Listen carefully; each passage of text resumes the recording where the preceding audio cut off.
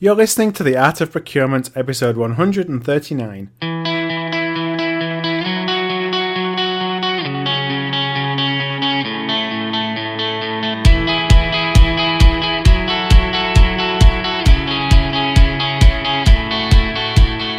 Welcome to the Art of Procurement podcast with your host, Philip Eidson. Here, thought leaders share the trends, strategies, and tactics that you can use to elevate the role of procurement and your career.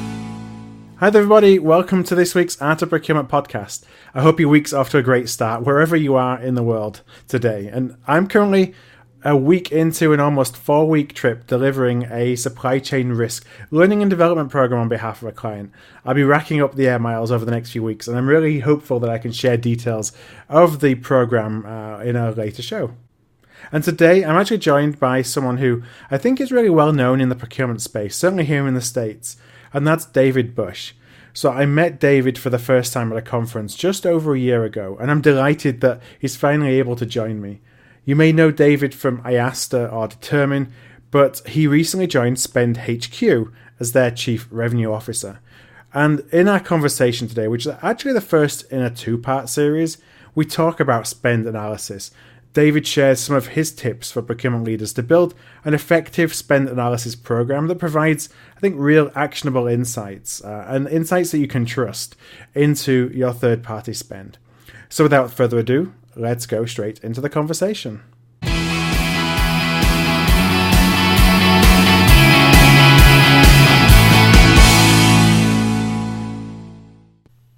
So hi there, everybody. Welcome to today's episode of the Art of Procurement. And as I shared in my introduction, I'm joined today by David Bush, the Chief Revenue Officer at SpendHQ. Dave, thanks for joining me and welcome to the show.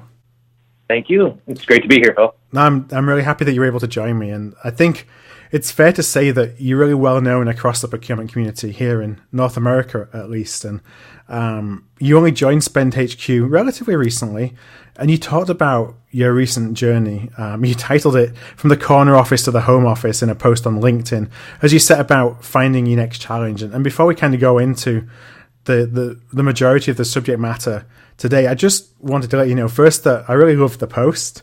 I think I featured it at the time on This Week in Procurement, the newsletter that I put together. I'd just like to dig in a little bit more. You talked about the power of networks, and I just wondered if you could share with listeners kind of your approach to building a personal network and how it came into play, when you were going through that stage of transition. Sure, happy to, and appreciate you, giving it some exposure. Yeah. It was a fun piece to write, kind of looking back and thinking about some of my experiences in my career and things that had worked well, and even those that hadn't worked well that required course correction and such. The post itself actually very much exceeded my expectations. Right. It was thousands and thousands of views and readerships and everything, and that was really gratifying that it seemed to connect with a lot of people.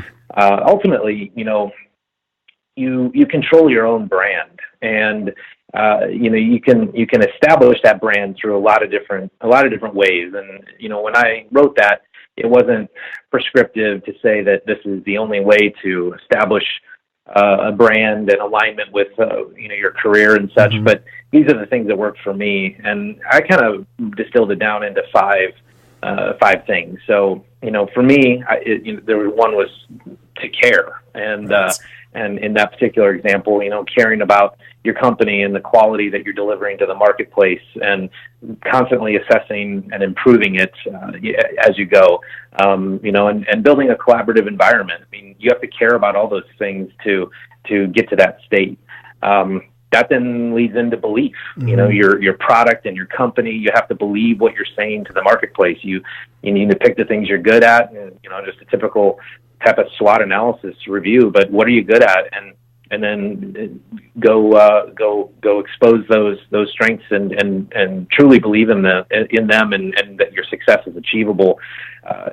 Because companies are really built on fast-growing companies are really built on strong leadership and culture, and they have to believe in their people and empower their people to make decisions. Otherwise, they simply can't scale. So, all those things, believing in your product, believing in your people, believing in your market position are things that give you a lot of confidence and comfort, as you're establishing your own brand, as I said.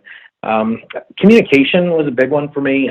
It was something that honestly I struggled with for years. I tried to communicate well, but I wasn't communicating the right things. And I think that's really important for people to understand that just talking and saying things that you think are important doesn't necessarily mean they're important to other people, specifically internally. And it was when I started getting my hands around our vision as a company and what our strategies were to support the vision, and then consequently, what were the metrics that we were using to track the strategies, which were aligned to the vision? Mm-hmm. All of those things actually started making communication far easier and far more transparent, and gave our teams a lot more empowerment to be successful, because they understood what they were doing, what the company was doing, and then what they came to work and what their contributions were doing. So that was a big one that I found really helpful.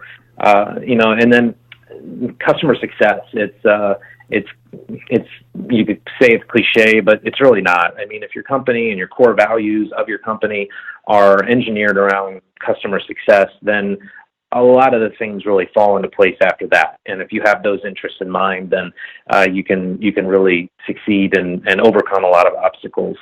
And then finally, the human element of things. This is a world of emailing and texting and all kinds of digital tracking and things like that. And those are valuable tools for sure. And they help make marketers more effective and all kinds of different aspects that you use in the business world. But honestly, there's still a lot of value to be gotten out of a face-to-face meeting with a prospect, or certainly customers. And then even more importantly, the employees and, people on your staff and your team, and just making sure you understand them. You can get 100 times more out of a personal meeting and conversation than you can over, a 2-week email thread or something like that. So those are the things that I found when I sat back and just did some introspection on what I had achieved, I suppose, and things that I found that worked for me. Those were really stood out. There clearly would be much more and specific ones for specific people, but that's stuff that actually kind of hit home for me when I took a few minutes to kind of sit and think about it a bit. Yeah, and I really liked how you talked about applying that to your own personal career. So, kind of taking those learnings and then putting them into practice. But I want to say a couple of things. First of all, I'm going to link up to the post in the show notes, and I would really recommend anybody who hasn't seen it to go and check it out. But the other thing that really spoke to me that you just said then was kind of that human element, because I'm guilty of that too, in that, we do everything remotely, we do everything virtually, and, sure, business can be transacted that way, and the technology allows us to transact that way, and everybody gets done what they need to do, and we do it, probably more effectively and efficiently now than ever before. But it's only when you go out and actually still talk to people and talk to your network and go to, whether it's events or whatever it is, that I think I lost sight of that, and it's only the last year or so doing this when I've started to really go back out there and talk to people who I have virtual relationships with. It makes them so much stronger when you've actually spoken to somebody and sat next to them at a table or whatever it is, and actually, created a long-lasting relationship with somebody, rather than it just being, a number on LinkedIn, for example. Yeah, I mean, you think about it, and sending a text message or an email can take 5 seconds or 30 seconds or something like that. Well, your return on investment usually is going to be pretty equal to that as well. It's pretty easy to delete an email or ignore a text. Whereas if you've actually sat down and spoken to someone face to face, they take that a lot more personally, and then that email means more to them. So it's a lot harder to have personal conversations, or I should say it's a lot easier to do the digital conversation. And so people tend to default that way, I find. A little more contrarian to actually speak to someone. So what did you take from that transition then that you think others can learn from? Sure. And, it was an interesting time. I was trying to think really hard after being an entrepreneur for a very long time. Mm-hmm. I wanted to replicate a lot of the things that I really enjoyed about many years of working in those environments. So I prioritized things that I refused to compromise on. And, I think everyone's going to have their own list. And before looking for jobs or deciding how they're going to manage their career, that would be my advice, is to think about what you cannot compromise on. And for me, it was really three strong things. So it was a strong product and brand presence in the marketplace. Mm-hmm. So I wanted, I'm a technology software executive. So my goal was to be in a group that had a very, very strong product and brand presence. And obviously SpendHQ had that.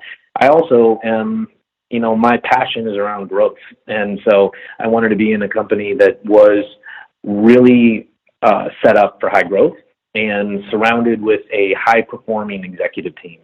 And so, that was pretty obvious when I was talking to different groups on where that was and where it wasn't. And clearly at SpendHQ, that was obvious, that both high growth and high performance teams. And then finally, and most importantly, actually, was culture. And I've lived in fantastic cultures in my career, and I've lived in toxic and very inefficient and political ones as well. And so, you could see there, and I could easily see what the differences between the two were. And I obviously did not want to go into a bad culture, so I was really being particular about where I would go and make sure that culture was a big deal in the company that I chose to go to. Definitely a big deal at SpendHQ. And, they vetted me as much as I vetted them, and wanted to make sure I fit into their culture. And so, those are leadership issues, and companies don't scale, they don't grow, they don't evolve without strong leadership, and strong leadership creates strong culture. So those were things that I thought were, for me, they were non-negotiable. And that's, to your question, to the point of your question, which is what did I take from the transition time, was that these were important things to me. These were things that had been in my thoughts, and I just needed to kind of bring them out and act upon them. Yeah, that point on culture is really important. I think it's something we often lose sight of, when maybe we're somewhere that we don't want to be, and so we make decisions for the wrong reasons, or we're forced on a decision, and so we end up moving quicker than we should have done, and you get yourself into another bad situation having just left one. I've done that before, for sure, because you don't really think about it, and it's only then when you're there that you realize, was that the right move? What kind of things do you look for when you're assessing culture? Because I think this is something that'd be really interesting for others to kind of apply to when they're looking at their next moves. Well, when you're talking to people, what's their enthusiasm like? What's the reputation of the company?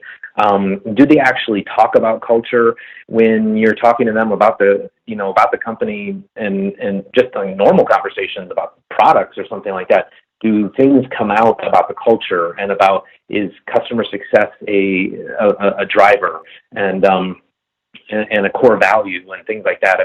You really can get a lot out of. When core values are just bullet points, I think you can sense it. But when core values actually are part of the DNA of the organization, I think you can feel that pretty quickly in the questions and answers that you're talking through, and having those conversations. And is it genuine, or is it really just is it window dressing? Kind of for show. And how are things going then? I think it's been 6 months has it been since you made the move? Is it so far so good? Yeah. Oh yeah, for sure. It's met all my expectations. Playing on the three things I was really looking for.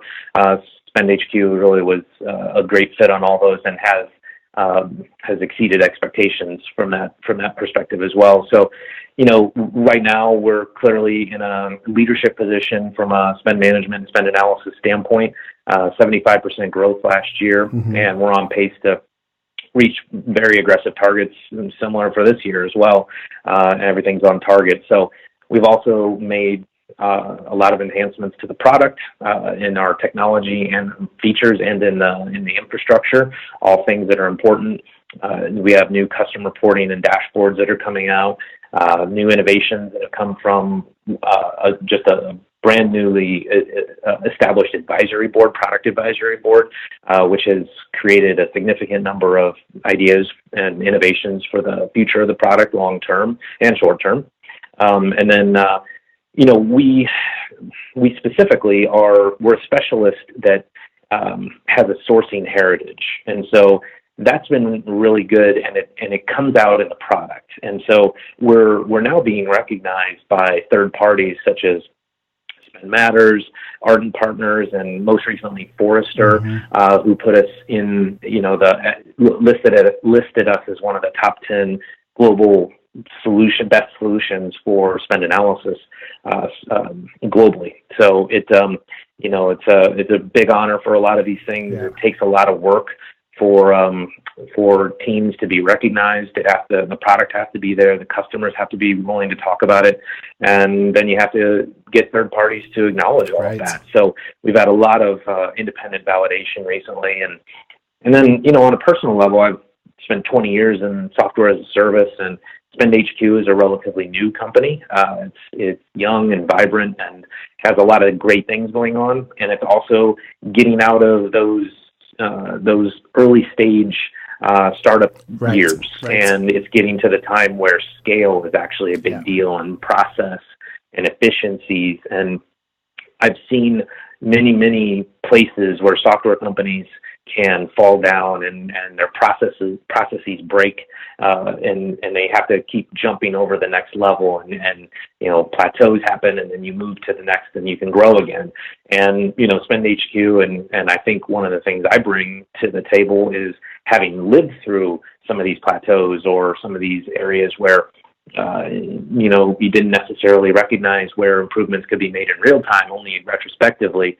That's very exciting for me to be able to see some of these things ahead of time and be able to institute change early so that it's not painful and, there's no disruption for what we're trying to achieve on a growth curve.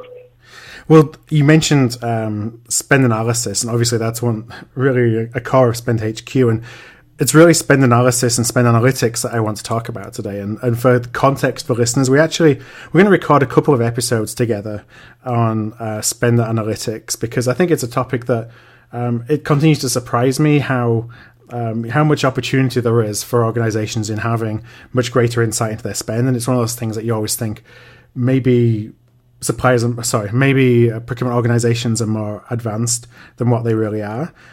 So it's something I think we still need to focus a lot of time on. And the part 2 is going to be about kind of looking at the future, but today is around some of the basics of spend analytics and the building of an effective spend analytics capability. And so that kind of sets up what I'd like to touch on today. My first question is really, you've been in and around spend analytics and spend analytics solutions for a long time. How do you see the market and the capabilities of the tools and maybe what procurement leaders can expect from them? How is that evolving? Well, to be honest with you, in a lot of cases, it's not evolving very well. In many respects, especially from the market leaders in particular, it's the same stuff that's been going on for a long time. There hasn't been much change or innovation to it. And, traditional systems, they suffer from an over-reliance on auto classification. It can lead to degradation of quality data, especially on the refreshes.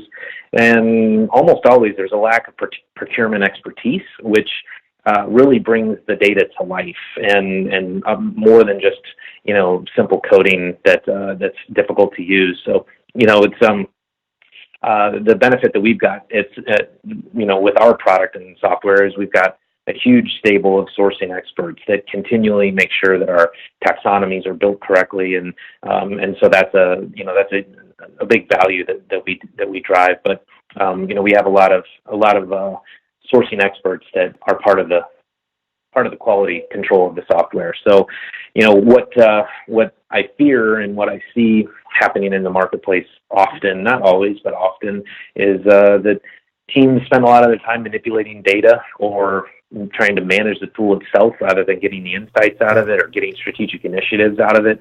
the tools can fail or the tools can be blamed because they just haven't supported the end goals of what the procurement leadership is looking to accomplish. So, you just have to build out these plans and be able to get to the data in a way that's usable across the organization, and be able to manage it across multiple people, and not be a data analyst or a business analyst to actually get value out of it. Right, and provide kind of intelligence. So converting the data into intelligence and actionable intelligence. Absolutely. And I have a couple of questions actually in a moment about some of the steps that we can take to get there. But before we did, I want to know, because you're in the market obviously all the time.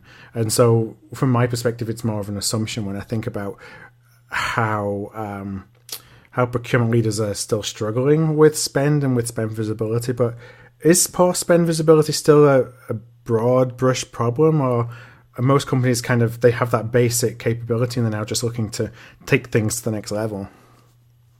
Yeah, I mean, obviously it varies. There's a lot of different varieties and strategies that people take. At the end of the day, spend visibility is what you would consider table stakes for a strategic procurement organization. You simply cannot manage any kind of strategic sourcing initiatives without true spend visibility, and so there's enormous investments on ERP systems and certainly procurement technologies, but still poor procurement data is stunningly common. So you could say that there's a section of companies that have no spend analysis. They are, we come across them all the time. Actually, it's still surprising, but that's one group. Others do have some spend analysis, but they may not have it organized correctly. It could be built into schemas such as GL coding or UNSPSC coding or something like that, which is just not a substitute for a procurement taxonomy. It's not really that usable, is it? No, it's not from a sourcing perspective. Right. I mean, sure, you can drill into it and go look at a commodity, or classes or something like that, but you're not going to get the true sourcing strategy out of it. So and one of the things I think people overlook, even when they have spend analysis, is that when you get access to good spend data, you're still not leveraging all its value until you can democratize it across the organization and you don't want it pigeonholed into 2 or 3 people who are just pushing out reports to category managers or once every 3 years to go source something. You want to take this data and get it, make it transparent, and have multiple groups, cross-functional groups, being able to access the information and look for their own insights. I mean, the more eyes on the data, the more things you're going to find and the more actions that you can take on it. And so that's where you can get, extremely high value out of something like spend analysis. I mean, it goes for a lot of tools that data is the backbone of it, but spend analysis in particular, and for procurement practitioners, the more that you can collaborate across the organization and give people access to their own data and then others, then the better off you'll be.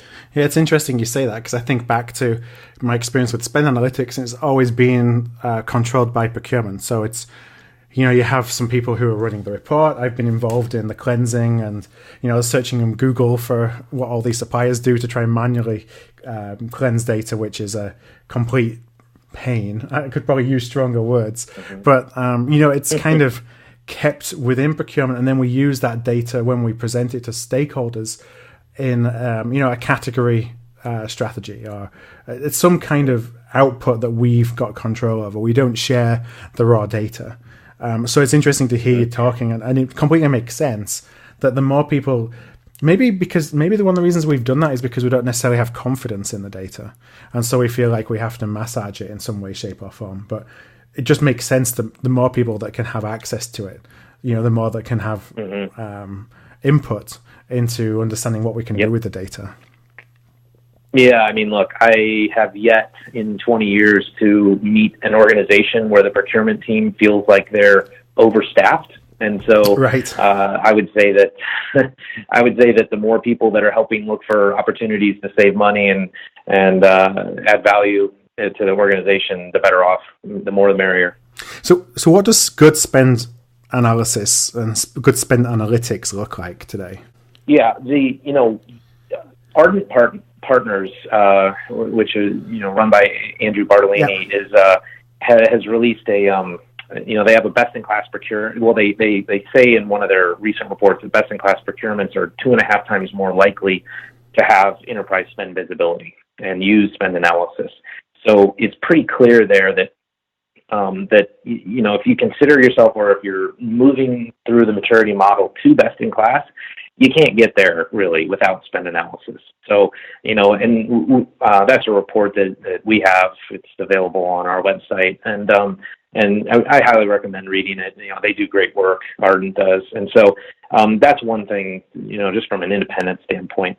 Good, you say, what does good spend analysis look like? Well, to me, it looks like a room where you've got the procurement team and the marketing team, or pick your category, pick your department, and they're sitting at the table together, going through internal spend and collaborating towards opportunity savings and EBITDA improvement, which increases shareholder value, and aligning, and aligning their own KPIs or achieving their KPIs through this collaboration, where they can look at data objectively. That's key. Obviously, a big word in procurement: objective review of the data, and say, this is the strategy that we're going to work on together, and how we're going to save money. And so that's that's what good spend analysis looks like to me in the real world. But when you look at it from a product perspective, which is a different way of answering the question, I think you really need to look for three things. You have to have highly accurate categorizations. Mm-hmm. You have to have access to that great data and those taxonomies from a sourcing perspective with a easy-to-use interface. If it's a difficult, clunky interface, people aren't going to use it. If the reporting is no good, it's not going to deliver value. They're just going to export it to Excel and do the same old thing. So you've got to have great categorization and classification, along with great visualization and the user experience and user interface.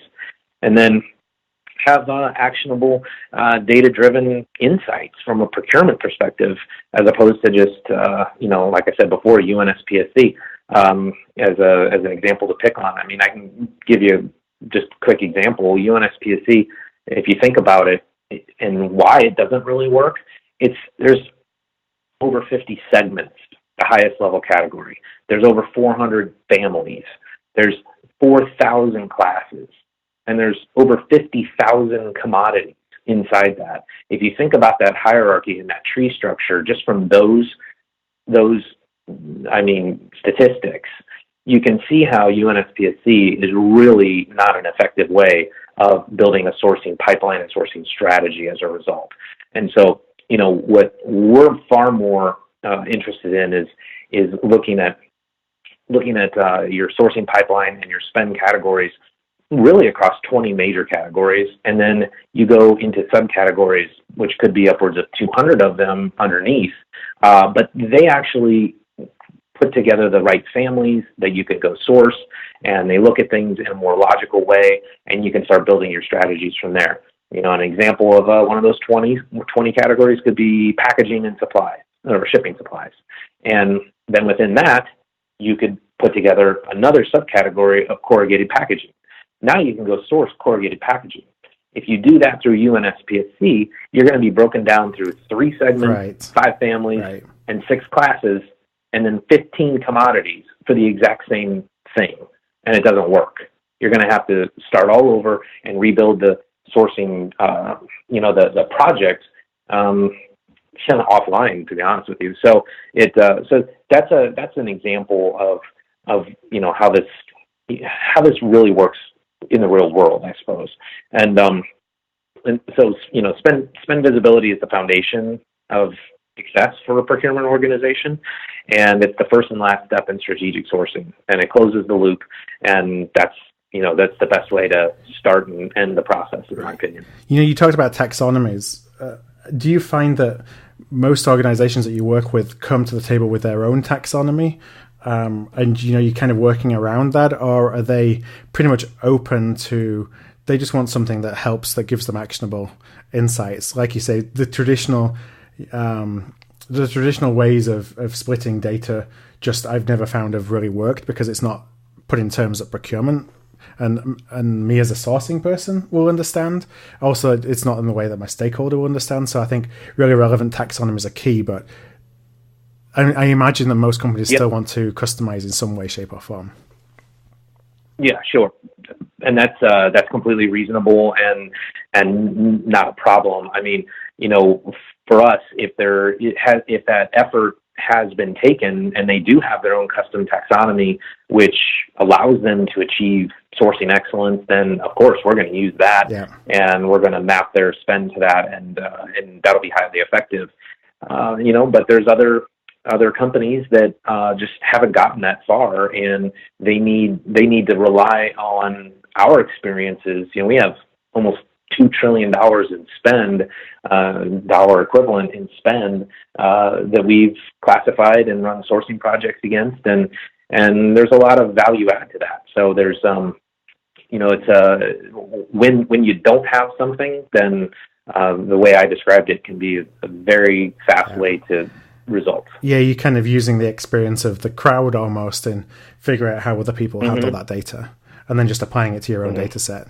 Correct. When we think about the steps that a procurement leader can take or follow, and this is really when you're at the beginning, or when you're more immature, let's say, in terms of access to your spend, what kind of things do you recommend that leaders, prospects can do to kind of go along the whole process, from the getting the data to cleansing it to the taxonomies and beyond there? I'd love for listeners to take some actions away to say, these are the steps that I have to take to really get good visibility of my spend if I don't really have that today. Right. Well, I mean, unfortunately, there's some heavy lifting involved, and so there's no magic button to make that all work. But the process internally would be no different than the process that we would go through. It's take a look and get into the broken data supply chain, and look at the data, pull it together, clean it up, and then categorize it in ways that make sense to you. And then really what needs to happen is there needs to be a layer over the bad data, which then visualizes it into good data. So you're taking the raw procurement systems and bringing order to the chaos. And so you have to take that underlying data and then make sense of it and put it into terms that a procurement organization can actually do something with it. That's the way that you would go through this. And to your earlier point, you may have your own specific categorization or taxonomy that is very specific to an organization that makes a lot of sense to the team, and they can go and they can do their sourcing strategies that way. But one way or another, you have to get that data into a usable format. Right. And then after that, it's about keeping it refreshed. Spend analysis is quickly stale. And if you do it one time, it's useful that one time, and then every time you go back to it, it's going to get less and less valuable. Yeah. So you have to commit to refreshing it or updating it, getting the differential data in there so that you can continue to use it moving forward. And so, it's just a classic experience of continuously updating it and reusing it, improving it, and going on.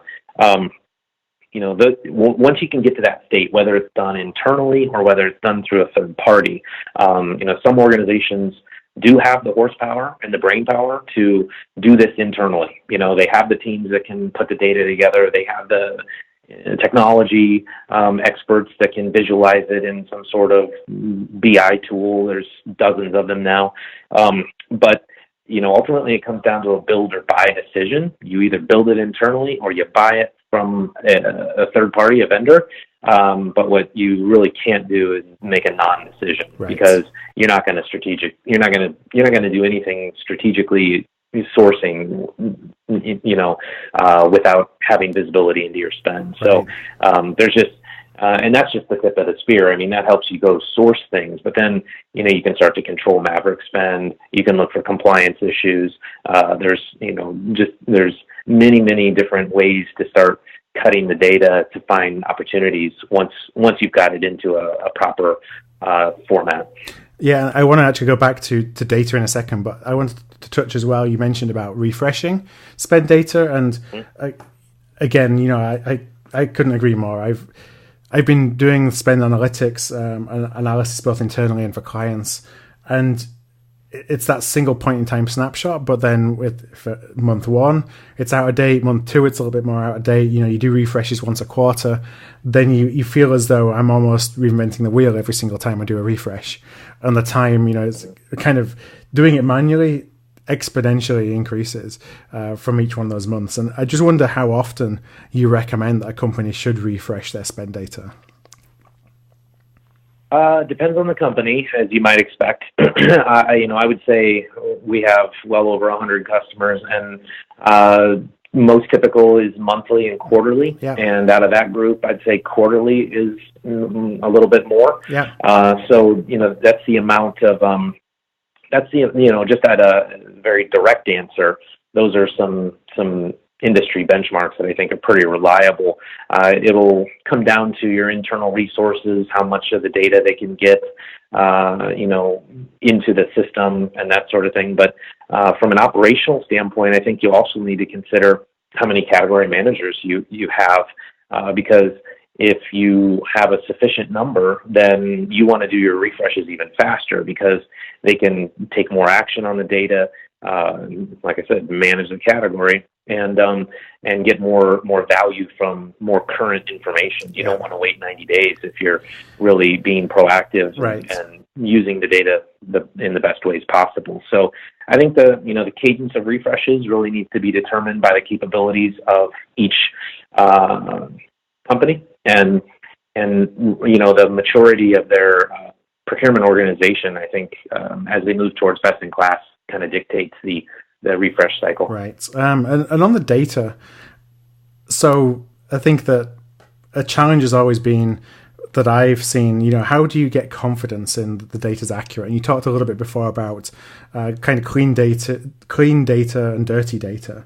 And I think what you do and how you cleanse it is the rest doesn't matter. Almost, you could have a great tool and a great visualization and categorization, but if the data isn't good, then it's still, it doesn't help you that much. Maybe it helps you more than nothing, but it might point you in the in the wrong direction.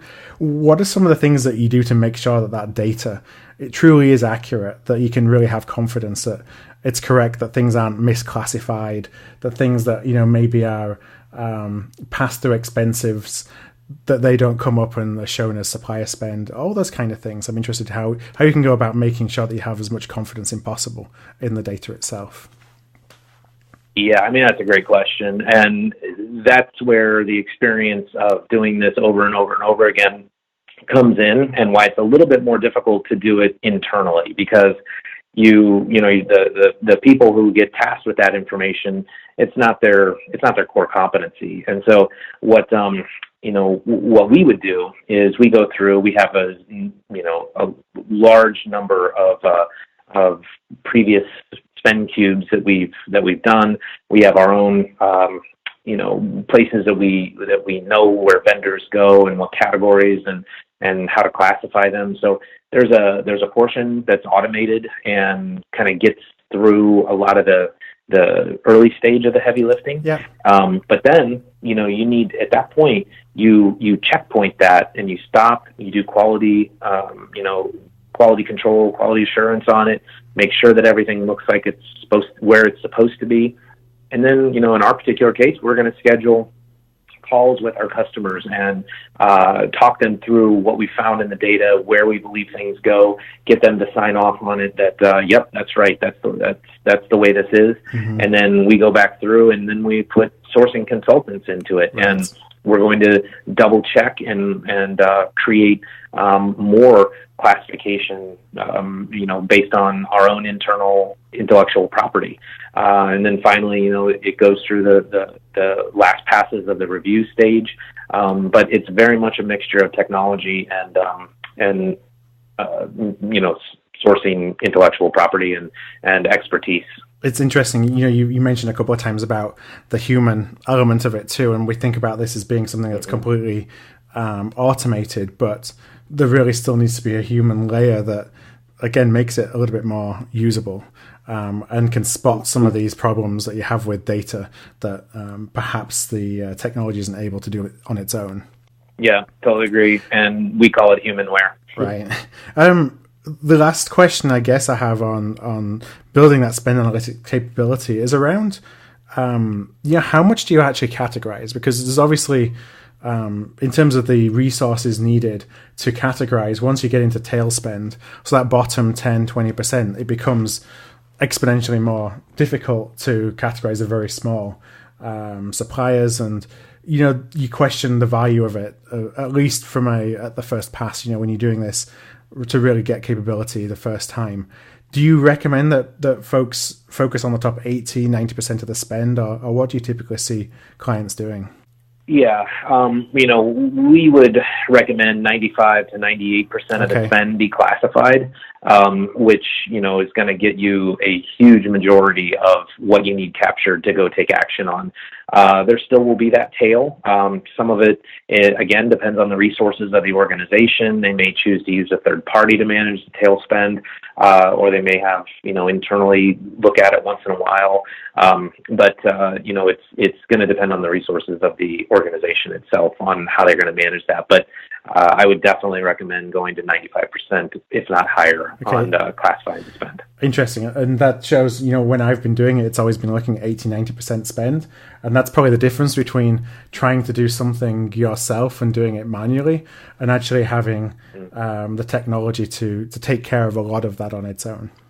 So I know we're coming to the end of our first conversation here in this two-part series, and I have a final question. You just have shared a number of tips that listeners can follow to really get started. I wondered if there's just one or two actions that you recommend a procurement leader take that are really key to every successful project to increase spend visibility. Yeah, no, at the end of the day, this is where the rubber hits the road. And right. To me, it's no different than just a general business problem. And, what I would recommend is to first understand as a procurement executive or team what the objectives, the end objectives and KPIs are that will validate the project. What are you actually trying to establish and where are you trying to go by using a tool like spend analysis or spend visibility? And so, those are going to be dependent on each organization and what's driving them and how they're measured. But things like spend under management, savings targets, compliance of spend to preferred vendors, contract visibility, and management of vendor and categories. So those are examples of KPIs that could be important to organizations. And then, make sure you're on track. I think everyone is set up for failure if you're not doing quarterly business reviews, making sure that you're trying to get from A to Z. How far have you made it? How much further do you have to go? What do you have to do to get there? Those are normal management exercises, and I don't think there's any reason to think of procurement any differently than that. Right. If you follow those steps, then I think it will never be a problem to justify the expense and effort that comes with spend visibility and spend analysis, because you'll be able to see both qualitative and quantitative results at the end of it. Yeah, it's kind of tracking. You can't measure what you can't manage what you don't measure, as the old quote, the cliche kind of goes. So as we do wrap up today, you mentioned a few reports. I'm going to include those in the show notes. But first of all, I just want to give you the opportunity to really share where listeners can find out more or where they can go to contact you. Yeah, we have a resource center on our website. We have white papers that are available from third parties and some that we've written ourselves. those are available at spendhq.com/procurement white papers, but you can get to it right from the homepage. And then, of course, I'm extremely accessible online through LinkedIn, very easy to find, SpendHQ and David Bush. And then Twitter, I also maintain as well at F2P_DB. Okay, great. Well, what I'll do, Dave, is I'll include those, as I say, in the show notes. Those are going to be at artofprocurement.com/spend part 1. That's artofprocurement.com/spend part 1. Just one last time, Dave, thank you very much for joining me. I've really appreciated the time and also kind of your experiences around the spend analytics space. I'm looking forward to recording version 2, and we'll have that. That's going to come out in a few weeks' time as well, I think, when we look to the future. But I will talk to you again soon. Okay. Thank you, Phil. Thank you, Dave. Thank you for listening to another episode of The Art of Procurement. To find an archive of all past episodes, you can go to artofprocurement.com/episodes. And to ensure you never miss another show, go to artofprocurement.com/subscribe.